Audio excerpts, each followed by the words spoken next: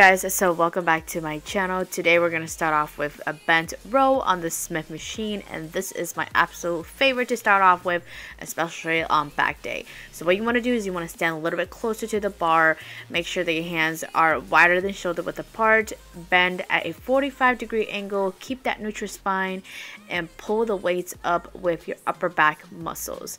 As you can see here, I usually warm up with the bar by itself first, and then I slowly add in some weights and work my way up from there. I usually typically start with pyramid loading, which means that you start with lower weights, working your way up to higher weights.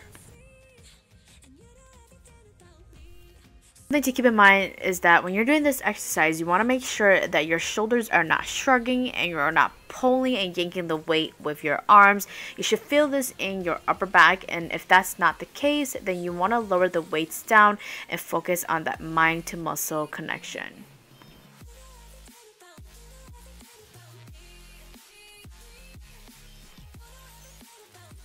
Next exercise that we have here is the Smith machine inverted row, which is similar to a pull-up movement. So if you want to get your pull-up game up, this is definitely going to help you with that. So the stance that I'm using right now is an easier stance that you can use if you can't keep your feet flat on the ground, and I'll show you the stance that I'm going to use in a bit here, but this is more for a beginner, and then for a more advanced technique you can keep your feet flat on the ground, keep your core tight, and pull back with a wider grip. So since we're not using any weight for this exercise, I want you to focus on the negative portion, because this is going to help with muscle connection and make sure that you feel the burn in the right location. I actually did this for 3 to 4 sets of 10 to 12, but a rule that I like to follow when it comes to, using the negative portion, I count by 3. So I do 3, 2, 1, and by the time I get to 1, I should be at full extension. To the Smith machine, we're moving on to incline dumbbell chest press, and you want to pick a weight that is challenging enough for you to do 8 to 10 reps. One thing to keep in mind when performing any chest press exercise is to retract your scapula and lock it down. This keeps you stable in place and make sure that your chest is doing majority of the movement while keeping your shoulders locked to avoid any shoulder injuries. As you can see, I have a slight bend in my lower back, and this is because of the scapula retraction that I mentioned earlier. When you retract your scapula, you'll have a slight bend in your lower back, and it should not hurt at all. So if you feel any type of pain in your lower back, that means you're not doing it correctly. You want to make sure that you get that form correct and down before you perform this exercise to avoid any injuries.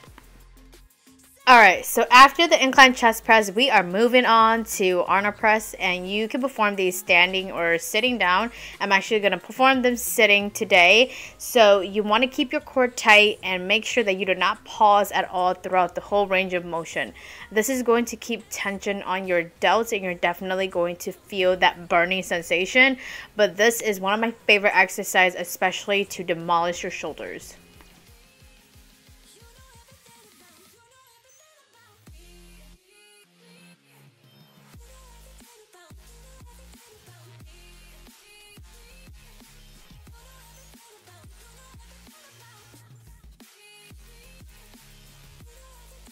Lastly, we are going to finish off with a superset burner, easy bar curls times hammer curls. Here you can see I'm doing a narrow grip. You can choose whichever you want to do, but if you want to do a narrow grip, it's going to target your long head, which is the peak of your bicep. A wider grip would target your short head, which is the bicep inside the arms, and it's the thickness part of the bicep.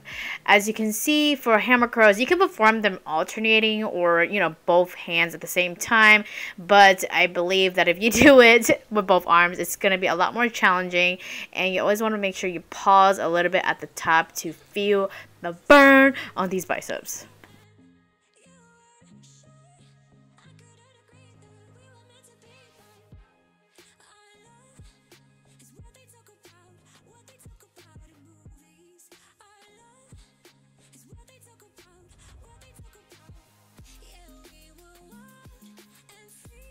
I really hope that you enjoyed this total upper body workout. It was a killer and I was dying throughout this whole entire workout. But if you want to follow along with me, don't forget to visit the description box below and screenshot the workout, or even go to the beginning of the video to see the list of workouts for this routine. I really hope you enjoy this. I'm going to film more workout videos for you, and don't forget to comment below what you would like to see next, and I will see you guys next time. Okay, it's not goodbye yet, but don't forget to click that subscribe button below, and then also give me a thumbs up for this video if you enjoyed it. But yeah, I'll see you guys next time. Bye.